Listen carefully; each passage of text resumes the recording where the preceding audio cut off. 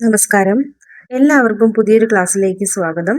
ഇന്ന് new SCERT social science 6ാം ക്ലാസ്സിലെ അധ്യായം 5 സംസ്കാരവും സാംസ്കാരിക വൈവിധ്യങ്ങളും എന്നൊരു ചാപ്റ്റർ പഠിക്കാം. ഈ ചാപ്റ്ററിൽ ആദ്യമേ ജവഹർലാൽ നെഹ്റുവിന്റെ ഇന്ത്യയെ കണ്ടെത്തൽ എന്ന കൃതിയിലെ ഏതാനും വരികൾ കൊടുത്തിട്ടുണ്ട്. ഇന്ത്യ പല നിറങ്ങളും ഭാഷകളും പാരമ്പര്യങ്ങളുമുള്ള രാജ്യമാണ്. വടക്ക് മഞ്ഞു മൂടിയ ഹിമാലയം മുതൽ തെക്ക് കടലോരങ്ങൾ വരെ ഓരോ പ്രദേശത്തിനും തനതായ സംസ്കാരമുണ്ട്. എണ്ണമറ്റ ഉത്സവങ്ങളുടെയും സംഗീതത്തിന്റെയും നാടാണ് നമ്മുടേത്. വ്യത്യസ്തങ്ങളായ നൃത്തരൂപങ്ങൾ ഓരോന്നും നമ്മുടെ ജനതയെ വ്യത്യസ്തമായ കഥകൾ പറയുന്നു. എന്നിരുന്നാലും ഈ വൈവിധ്യങ്ങൾക്കിടയിൽ മഹത് വ്യക്തികളുടെയും ചിന്തകരുടെയും യോദ്ധാക്കളുടെയും ജീവിത കഥകളാൽ സമ്പന്നവും ശക്തവുമായ ഐക്യബോധം നാം പങ്കിടുന്നുണ്ട്. ഭിന്നതകളെ ഉൾക്കൊള്ളാനും വൈവിധ്യത്തിൽ ഐക്യം കണ്ടെത്താനുമുള്ള കഴിവിലാണ് ഇന്ത്യയുടെ ശക്തി കുടികൊള്ളുന്നത്. ഇനി ഇവിടെ ഒരു ഗാനം, കുറച്ച് വരികൾ കൊടുത്തിട്ടുണ്ട്. ഇന്ത്യയുടെ ദേശീയ ഐക്യം ശക്തിപ്പെടുത്തുന്നതിനായി 1988 രചിക്കപ്പെട്ട ഗാനമാണ് മിലേ സുർ മേരാ തുമാരാ. നാനാത്വത്തിൽ ഏകത്വം എന്ന ആശയം പ്രതിഫലിപ്പിക്കുന്നതാണ് ഈ ഗാനം. സംസ്കാരം രൂപപ്പെടുന്നത് ഭക്ഷണം, വേഷം, ഭാഷ തുടങ്ങിയവ ചേർന്നാണ്. ചിന്തിക്കുകയും പ്രവർത്തിക്കുകയും ചെയ്യുന്ന രീതിയും സംസ്കാരത്തിന്റെ ഭാഗമാണ്. സമൂഹത്തിലെ അംഗങ്ങൾ എന്ന നിലയിൽ പരമ്പരാഗതമായി ലഭിക്കുന്നതാണ് സംസ്കാരം. മനുഷ്യരുടെ എല്ലാ നേട്ടങ്ങളെയും സംസ്കാരം എന്ന് പറയാം. ഇവിടെ ഈ ബോക്സിൽ കൊടുത്തിരിക്കുന്നതിൽ ഇമ്പോർട്ടൻ്റ് ആയിട്ടുള്ള പോയിന്റ്സ് നമുക്ക് നോക്കാം. തീജ്. എന്താണ് തീജ്? തീജ് ആഘോഷിക്കുന്ന ഇന്ത്യൻ സംസ്ഥാനമാണ് രാജസ്ഥാൻ. ഓണത്തിനോട് സാമ്യമുള്ള രാജസ്ഥാനിലെ ആഘോഷമാണ് തീജ്. തീജ് ആഘോഷിക്കുന്നത് ശ്രാവണ മാസത്തിലാണ്, അതായത് കേരളത്തിലെ ചിങ്ങമാസത്തില്. കേരളത്തിൽ ഓണത്തിന് ഊഞ്ഞാൽ ഇടാറുള്ളത് പോലെ തീജ് ആഘോഷത്തിനും ഊഞ്ഞാൽ ഇടാറുണ്ട്. രാജസ്ഥാനിലെ മറ്റ് ആഘോഷങ്ങളാണ് പുഷ്കർ മേള, ഗജമേള എന്നിവ. ഇത്തരം ആഘോഷങ്ങളിലെ വസ്ത്രധാരണം തലപ്പാവും കോട്ടും പുരുഷന്മാരും പാവാടയും ചോളിയും ബ്ലൗസും സാരിയും സ്ത്രീകളുമാണ് അണിയാറുള്ളത്. അടുത്തത് ബോക്സിൽ നോക്കാം. E.V. ടൈലർ 1871 പ്രസിദ്ധീകരിച്ച പ്രിമിറ്റീവ് കൾച്ചർ എന്ന പുസ്തകത്തിലെ ആദ്യ വരികളിൽ സംസ്കാരത്തെ ഇങ്ങനെ നിർവചിച്ചിരിക്കുന്നു: സമൂഹത്തിലെ ഒരു അംഗമെന്ന നിലയിൽ മനുഷ്യർ ആർജിച്ച വിജ്ഞാനം, വിശ്വാസം, കല, സദാചാരങ്ങൾ, നിയമം, സമ്പ്രദായങ്ങൾ, മറ്റു കഴിവുകൾ, ശീലങ്ങൾ എന്നിവയുടെ സങ്കീർണമായ ആകെത്തുകയാണ് സംസ്കാരം. അപ്പോൾ E.B. ടൈലർ എന്താണ് പ്രിമിറ്റീവ് കൾച്ചർ എന്ന പുസ്തകത്തിൽ സംസ്കാരത്തിനെ കുറിച്ച് നിർവചിച്ചിരിക്കുന്നത്? സമൂഹത്തിലെ ഒരു അംഗമെന്ന നിലയിൽ മനുഷ്യർ ആർജിച്ച വിജ്ഞാനം, വിശ്വാസം, കല, സദാചാരങ്ങൾ, നിയമം, സമ്പ്രദായങ്ങൾ, മറ്റു കഴിവുകൾ, ശീലങ്ങൾ എന്നിവയുടെ സങ്കീർണമായ ആകെത്തുകയാണ് സംസ്കാരം. സംസ്കാരമാണ് മനുഷ്യരെ മറ്റു ജീവികളിൽ നിന്ന് വ്യത്യസ്തനാക്കുന്നത്. ഓരോ വ്യക്തിയും ഓരോ സാംസ്കാരിക പശ്ചാത്തലത്തിലാണ് ജനിക്കുന്നത്. സാമൂഹീകരണ പ്രക്രിയയിലൂടെയാണ് ഓരോ വ്യക്തിയും സ്വന്തം സംസ്കാരം ആർജിക്കുന്നത്. അപ്പോൾ മനുഷ്യരെ ഓരോ മറ്റ് ജീവജാലങ്ങളിൽ നിന്ന് വ്യത്യസ്തമാക്കുന്ന സംസ്കാരമാണ്. ഓരോ വ്യക്തിയും ജനിക്കുന്നത് വ്യത്യസ്ത സാംസ്കാരിക പശ്ചാത്തലത്തിലാണ്. പിന്നെ സാമൂഹീകരണ പ്രക്രിയയിലൂടെയാണ് ഓരോ വ്യക്തിയും സ്വന്തം സംസ്കാരം ആർജിക്കുന്നത്. അടുത്തത് സാമൂഹീകരണം. നമ്മൾ ജീവിക്കുന്ന സമൂഹത്തിൽ നാം എങ്ങനെ പെരുമാറണമെന്നും ഇടപെടണമെന്നും പഠിച്ചെടുക്കുന്ന പ്രക്രിയയാണ് സാമൂഹീകരണം. ഇത് ജനനം മുതൽ ആരംഭിച്ച് ജീവിതകാലം മുഴുവൻ തുടരുന്നു. കുടുംബം, വിദ്യാഭ്യാസം, കൂട്ടുകാർ, മാധ്യമങ്ങൾ തുടങ്ങിയവയെല്ലാം സാമൂഹീകരണ പ്രക്രിയയെ സഹായിക്കുന്ന ഘടകങ്ങളാണ്. അപ്പൊ സാമൂഹീകരണ പ്രക്രിയയെ സഹായിക്കുന്ന ഘടകങ്ങളാണ് കുടുംബം, വിദ്യാഭ്യാസം, കൂട്ടുകാർ, മാധ്യമങ്ങൾ തുടങ്ങിയവ. കല, സംഗീതം, സാഹിത്യം, തത്വചിന്ത, മതം, ശാസ്ത്രം എന്നിവയെല്ലാം സംസ്കാരത്തിന്റെ വിവിധ ഘടകങ്ങളാണ്. ഇവയെല്ലാം മനുഷ്യനിർമ്മിതമല്ലേ? അതിനാലാണ് സംസ്കാരം മനുഷ്യനിർമ്മിതമാണെന്ന് കരുതുന്നത്. സംസ്കാരത്തിൽ ഭൗതികവും ഭൗതികേതരവുമായ ഘടകങ്ങളുണ്ട്. പ്രത്യക്ഷത്തിൽ കാണാൻ സാധിക്കുന്നതും രൂപമുള്ളതുമായ ഭക്ഷണം, വസ്ത്രം, വീട്ടുപകരണങ്ങൾ മുതലായവ ഭൗതിക സംസ്കാരത്തിന്റെ ഘടകങ്ങളാണ്. എന്നാൽ പ്രകടമായി കാണാനാവാത്തതോ രൂപമില്ലാത്തതോ ആയ വിശ്വാസങ്ങൾ, ചിന്തകൾ, ആശയങ്ങൾ മുതലായവ ഭൗതികേതര സംസ്കാരത്തിന്റെ ഘടകങ്ങളാണ്. അപ്പൊ എന്താണ്? സംസ്കാരം ഭൗതികവും ഭൗതികേതരവുമുണ്ട്. നമുക്ക് കാണാൻ സാധിക്കുന്ന രൂപമുള്ളതും ഭൗതികവുമാണ്. ഭൗതികേതരം എന്തൊക്കെയാണ്? ചിന്തകൾ, ആശയങ്ങൾ, വിശ്വാസങ്ങൾ എന്നിവയാണ് ഭൗതികേതര സംസ്കാരത്തിലെ ഘടകങ്ങൾ. ഇവിടുത്തെ ചാർട്ടില് സംസ്കാരവും സംസ്കാരത്തിന്റെ ഘടകങ്ങളൊക്കെ കൊടുത്തിട്ടുണ്ട്. എന്തൊക്കെയാണ്? ആഘോഷം, ഭാഷ, പാരമ്പര്യം, കല, ആചാരം, പെരുമാറ്റം, പ്രതീകം, ഭക്ഷണം, വേഷം, വിശ്വാസം ഇവയൊക്കെയാണ് സംസ്കാരത്തിലെ വിവിധ ഘടകങ്ങൾ. ഇനി സാംസ്കാരിക വൈവിധ്യങ്ങളും അവയുടെ സവിശേഷതകളും എന്താണെന്ന് നോക്കാം. ലോകത്താകമാനം വൈവിധ്യമാർന്ന സമൂഹങ്ങളും സംസ്കാരങ്ങളും നിലനിൽക്കുന്നുണ്ട്. ഇന്ത്യയുടെ സംസ്കാരം വൈവിധ്യങ്ങളാൽ സമ്പന്നമാണ്. അനേകം മത, ജാതി, ഗോത്ര വൈവിധ്യങ്ങൾ നിലനിൽക്കുന്ന രാജ്യമാണ് ഇന്ത്യ. ഓരോ വിഭാഗത്തിനും തനതായ പാരമ്പര്യവും സംസ്കാരവും ഉണ്ട്. അതുപോലെ വൈവിധ്യമാർന്ന ഭാഷകളും ഇന്ത്യയിൽ നിലനിൽക്കുന്നു. ഇനി ഇവിടെ 1 രൂപയുടെ ഒരു കറൻസി നോട്ട് കൊടുത്തിട്ടുണ്ട്. അതിന്റെ പ്രത്യേകതകളൊന്ന് നോക്കാം. ഇന്ത്യയുടെ കറൻസി നോട്ടിൽ കാണപ്പെടുന്ന ഭാഷകളുടെ എണ്ണം എത്രയാണ്? 17 ഭാഷകളാണ്. ആ ഭാഷകൾ ഏതൊക്കെയാണ്?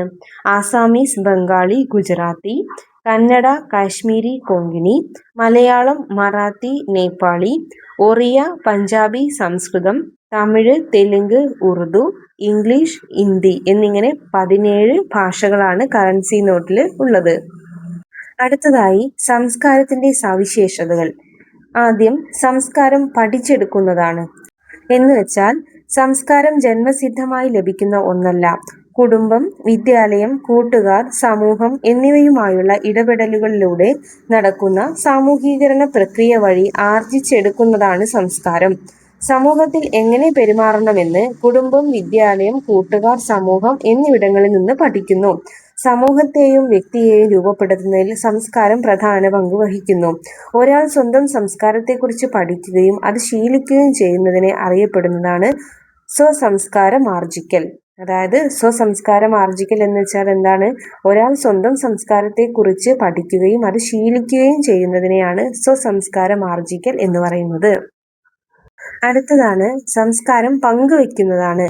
അതായത് സമൂഹത്തിലെ നാനാ തുറകളിലുള്ളവർ ഒത്തുചേരുന്ന അനുഭവമാണ് ഓണം.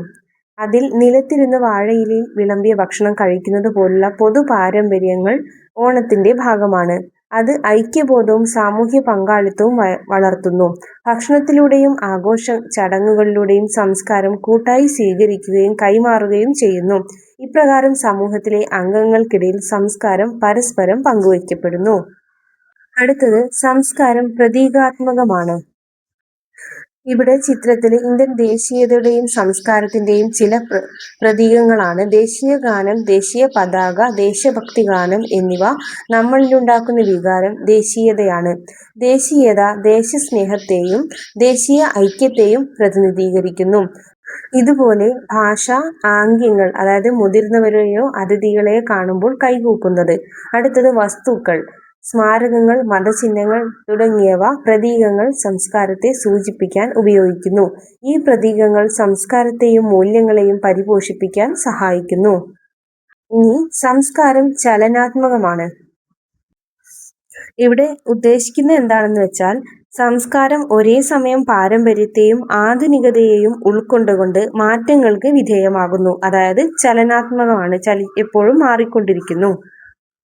അതിനൊരു ഉദാഹരണമാണ് ഇവിടെ ചിത്രത്തിൽ കൊടുത്തിട്ടുള്ളത്. ബന്ധുക്കൾ, സുഹൃത്തുക്കൾ, നാട്ടുകാർ എന്നിങ്ങനെ എല്ലാവരും പങ്കെടുക്കുന്ന വിവാഹം ഒരു സാമൂഹിക കൂടിച്ചേരലാണ്. ആധുനിക സാങ്കേതിക വിദ്യയുടെ വികാസത്തോടെ വിവാഹം പോലുള്ള ചടങ്ങുകൾക്ക് വലിയ മാറ്റങ്ങൾ വന്നുകൊണ്ടിരിക്കുന്നു. വിവാഹവുമായി ബന്ധപ്പെട്ട് നടത്തുന്ന ആർഭാടങ്ങളുടെ ഭാഗമായി ധാരാളം പുതിയ തൊഴിൽ മേഖലകൾ വികസിച്ചു വരികയും ഒട്ടേറെ പേർക്ക് തൊഴിൽ ലഭ്യമാവുകയും ചെയ്യുന്നുണ്ട്. ലളിതമായ ചടങ്ങുകളിൽ നിന്നും അതിസങ്കീർണവും ചെലവേറിയതുമായ ആഘോഷങ്ങളിലേക്ക് വിവാഹങ്ങൾ മാറിയിരിക്കുന്നു. എന്നിരുന്നാലും വിവാഹത്തിന്റെ ആചാരങ്ങൾ മാറ്റങ്ങളോടുകൂടി പിന്തുടരുന്നത് നമുക്ക് ശ്രദ്ധിക്കാം. ഇങ്ങനെ സംസ്കാരം ഒരേ സമയം പാരമ്പര്യത്തെയും ആധുനികതയെയും ഉൾക്കൊണ്ടുകൊണ്ട് മാറ്റങ്ങൾക്ക് വിധേയമാകുന്നു. സംസ്കാരം സാമ്പ്രദായികമാണ്. തെയ്യം വടക്കൻ കേരളത്തിലെ ഒരു അനുഷ്ഠാന കലാരൂപമാണ് തെയ്യം. വൈവിധ്യപൂർണമായ ചടങ്ങുകളാണ് തെയ്യത്തിനുള്ളത്. തെയ്യത്തിനുള്ള തീയതി നിശ്ചയിച്ച് തെയ്യം കെട്ടുന്ന ആളെ കോലം കെട്ടാൻ ഏൽപ്പിക്കുന്ന ആദ്യത്തെ ചടങ്ങാണ് അടയാളം കൊടുക്കൽ. അപ്പൊ തെയ്യത്തിലെ ആദ്യത്തെ ചടങ്ങാണ് അടയാളം കൊടുക്കൽ. തെയ്യം കെട്ടുന്നയാൾ 1 മുതൽ 7 ദിവസം വരെ വ്രതമെടുക്കാറുണ്ട്. വർഷത്തിലൊരിക്കലാണ് കാവുകളിലും മറ്റും തെയ്യം കെട്ടിയാടുന്നത്. ആധുനിക കാലത്തും നിലനിൽക്കുന്ന തെയ്യം അനുഷ്ഠാനങ്ങളുടെ തുടർച്ചയും സാംസ്കാരിക പൊലിമയും വിളിച്ചോതുന്ന ഗ്രാമക്കാഴ്ചകളാണ്. തെയ്യം പോലുള്ള നിരവധി അനുഷ്ഠാന കലകൾ കേരളത്തിന്റെ സമ്പന്നമായ സാംസ്കാരിക പാരമ്പര്യത്തെ പ്രതിഫലിപ്പിക്കുന്നു. ഇതുപോലെ നമ്മുടെ സമൂഹത്തിൽ നിരവധി സാമ്പ്രദായിക രീതികൾ നിലനിൽക്കുന്നുണ്ട്. അവ പൂർവികരിൽ നിന്നും പുതുതലമുറയിലേക്ക് കൈമാറ്റം ചെയ്യപ്പെടുന്നവയാണ്. ഇനി അടുത്തതായി സാംസ്കാരിക മാറ്റങ്ങൾ. സംസ്കാരം ചലനാത്മകമാണ്. എല്ലാ സമൂഹത്തിനും സംസ്കാരമുണ്ട്. സമൂഹത്തിലെ അംഗങ്ങളുടെ വഴികാട്ടിയാണ് സംസ്കാരം. സംസ്കാരത്തിന്റെ ഘടകങ്ങൾ ഓരോ സമയത്തും മാറ്റങ്ങൾക്ക് വിധേയമാകുന്നു. നമ്മുടെ ഭക്ഷണ രീതിയിലും വസ്ത്രധാരണത്തിലും കുടുംബ ബന്ധങ്ങളിലും വിദ്യാഭ്യാസത്തിലും വന്നിട്ടുള്ള മാറ്റങ്ങൾ ഇതിനുദാഹരണമാണ്. ഭൗതികേതര സംസ്കാര ഘടകങ്ങളിൽ കാലാകാലങ്ങളിലുണ്ടാകുന്ന പരിവർത്തനമാണ് സാംസ്കാരിക മാറ്റം എന്നതുകൊണ്ട് അർത്ഥമാക്കുന്നത്. മറ്റ് സംസ്കാരങ്ങളുമായി സമ്പർക്കത്തിലാകുമ്പോഴാണ് സാംസ്കാരിക മാറ്റം മുഖ്യമായും സംഭവിക്കുന്നത്. ഈ മാറ്റം പ്രധാനമായും 3 രീതികളിലാണ് ഉണ്ടാകാറുള്ളത്. ഒന്നാണ് സാംസ്കാരിക വ്യാപനം. അപ്പോൾ എന്താണ് സാംസ്കാരിക വ്യാപനം? ഒരു സംസ്കാരത്തിന്റെ തനത് സവിശേഷതകൾ മറ്റൊരു സംസ്കാരത്തിലേക്ക് കലരുന്നതിനെയാണ് സാംസ്കാരിക വ്യാപനം എന്നറിയപ്പെടുന്നത്. വ്യത്യസ്ത സംസ്കാരങ്ങൾ തമ്മിൽ ഇടപഴകുമ്പോഴാണ് ഇങ്ങനെ സംഭവിക്കുന്നത്. വിവിധ സംസ്കാരങ്ങൾ സൗഹൃദപൂർവ്വം ഇടപഴകുമ്പോഴാണ് സാംസ്കാരിക വ്യാപനം സംഭവിക്കുന്നത്. അടുത്തത് അന്യസംസ്കാരമാർജിക്കൽ. മറ്റൊരു സംസ്കാരം പഠിച്ചെടുക്കുന്നതിനെ അറിയപ്പെടുന്നതാണ് അന്യസംസ്കാരമാർജിക്കൽ. മറ്റൊരു സംസ്കാരത്തിന്റെ സ്വാധീനത്താൽ സ്വന്തം സംസ്കാരത്തിന്റെ ഭാഗികമായ മാറ്റങ്ങൾ ഉണ്ടാകാറുണ്ട്. അതേസമയം സ്വന്തം സംസ്കാരത്തിന്റെ പല ഘടകങ്ങളും നിലനിർത്തുകയും ചെയ്യുന്നു. അടുത്തതായി സാംസ്കാരിക സ്വാംശീകരണം. ഇതിന് പോയിന്റ്സ് നോക്കാം. ഒരു ജീവിത രീതിയും സംസ്കാരവും മറ്റൊരു ജീവിത രീതിയിലേക്കും പ്രബല സംസ്കാരത്തിലേക്കും ആഗിരണം ചെയ്യപ്പെടാറുണ്ട്. ഒരു സംസ്കാരം മറ്റൊരു സംസ്കാരത്തെ ഈ രീതിയിൽ കീഴടക്കുമ്പോഴാണ് സാംസ്കാരിക സ്വാംശീകരണം സംഭവിക്കുന്നത്. അതായത് ഒരു സംസ്കാരം മറ്റൊരു സംസ്കാരത്തെ കീഴടക്കുമ്പോഴാണ് സാംസ്കാരിക സ്വാംശീകരണം സംഭവിക്കുന്നത്. ഇതിലൂടെ ഒരു സംസ്കാരത്തിന്റെ തനത് പ്രത്യേകതകൾ ക്രമേണ നഷ്ടമാവുകയും മറ്റൊരു സംസ്കാരത്തിന്റെ രീതികൾ അതിനു പകരം വരികയും ചെയ്യുന്നു. വ്യക്തികളോ സംഘങ്ങളോ തങ്ങളുടെ സ്വന്തം സംസ്കാരത്തെ നിലനിർത്തിക്കൊണ്ട് തന്നെ പ്രബല സംസ്കാരവുമായി പൊരുത്തപ്പെടുന്നതിനെ അറിയപ്പെടുന്നതാണ് അന്യസംസ്കാരമാർജിക്കൽ. വ്യക്തികളോ സംഘങ്ങളോ പ്രബല സംസ്കാരത്തിലേക്ക് പൂർണ്ണമായും ആഗിരണം ചെയ്യപ്പെടുമ്പോൾ സംഭവിക്കുന്നത് സാംസ്കാരിക സ്വാംശീകരണമാണ്. വ്യത്യസ്ത സംസ്കാരങ്ങൾ സമ്പർക്കത്തിലേർപ്പെടുമ്പോൾ സംഭവിക്കുന്ന സാംസ്കാരിക മാറ്റങ്ങളാണ് അന്യസംസ്കാരമാർജിക്കലും സാംസ്കാരിക സ്വാംശീകരണവും. അന്യസംസ്കാരമാർജിക്കൽ, സാംസ്കാരിക സ്വാംശീകരണം, സാംസ്കാരിക വ്യാപനം എന്നിവ സമൂഹത്തിലെ ആന്തരിക ഘടകങ്ങളുടെ സ്വാധീനത്താൽ സംഭവിക്കുന്നതാണ്. എന്നാൽ ബാഹ്യഘടകങ്ങളും സാംസ്കാരിക മാറ്റത്തിന് കാരണമാകാറുണ്ട്. സാംസ്കാരിക നവീകരണം, പാരിസ്ഥിതിക വ്യതിയാനം തുടങ്ങിയവ സാംസ്കാരിക മാറ്റങ്ങൾക്ക് കാരണമാകുന്ന ബാഹ്യഘടകങ്ങളാണ്. സാംസ്കാരിക നവീകരണവും സാംസ്കാരിക മാറ്റവും. ഇവിടെ ചിത്രത്തിൽ വിവിധതരം അടുപ്പുകൾ കൊടുത്തിട്ടുണ്ട്. വിറകടുപ്പ്, മണ്ണെണ്ണ അടുപ്പ്, പിന്നെ ഗ്യാസ് സ്റ്റവ്, ഇൻഡക്ഷൻ, ഓവൻ ഇതൊക്കെ കൊടുത്തിട്ടുണ്ട്. അപ്പോൾ അതായത് സാങ്കേതിക വിദ്യയിലുണ്ടാകുന്ന വികാസങ്ങൾ സാംസ്കാരിക നവീകരണത്തിന് ഇടയാക്കുന്നുണ്ട് എന്നാണ് ഈ ചിത്രത്തിൽ ഉദ്ദേശിക്കുന്നത്. അടുത്തത് പാരിസ്ഥിതിക വ്യതിയാനങ്ങളും സാംസ്കാരിക മാറ്റങ്ങളും. ഉരുൾപൊട്ടൽ, വരൾച്ച, പ്രളയം, ഉയരുന്ന സമുദ്രജലനിരപ്പ് തുടങ്ങിയവ ജനങ്ങൾക്ക് സ്വന്തം പ്രദേശത്തു നിന്ന് മറ്റൊരിടത്തേക്ക് മാറി താമസിക്കേണ്ട സാഹചര്യം സൃഷ്ടിക്കുന്നു. ഇത് അവരുടെ ദൈനംദിന ജീവിതത്തിൽ മാറ്റങ്ങൾ വരുത്തുന്നു. ഇങ്ങനെ പ്രകൃതി ദുരന്തങ്ങൾ, കാലാവസ്ഥാ വ്യതിയാനം തുടങ്ങിയ പാരിസ്ഥിതിക ഘടകങ്ങൾ സാംസ്കാരിക മാറ്റത്തിന് കാരണമാകുന്നു. ഇത് ഒരു ചാർട്ടായി കൊടുത്തിട്ടുണ്ട്. സാംസ്കാരിക മാറ്റങ്ങൾ ഏതൊക്കെയാണ്? ആന്തരിക ഘടകങ്ങൾ, ബാഹ്യ ഘടകങ്ങൾ. ആന്തരിക ഘടകങ്ങളിൽ പെടുന്നതാണ് സാംസ്കാരിക വ്യാപനം, അന്യസംസ്കാരമാർജിക്കൽ, സാംസ്കാരിക സ്വാംശീകരണം.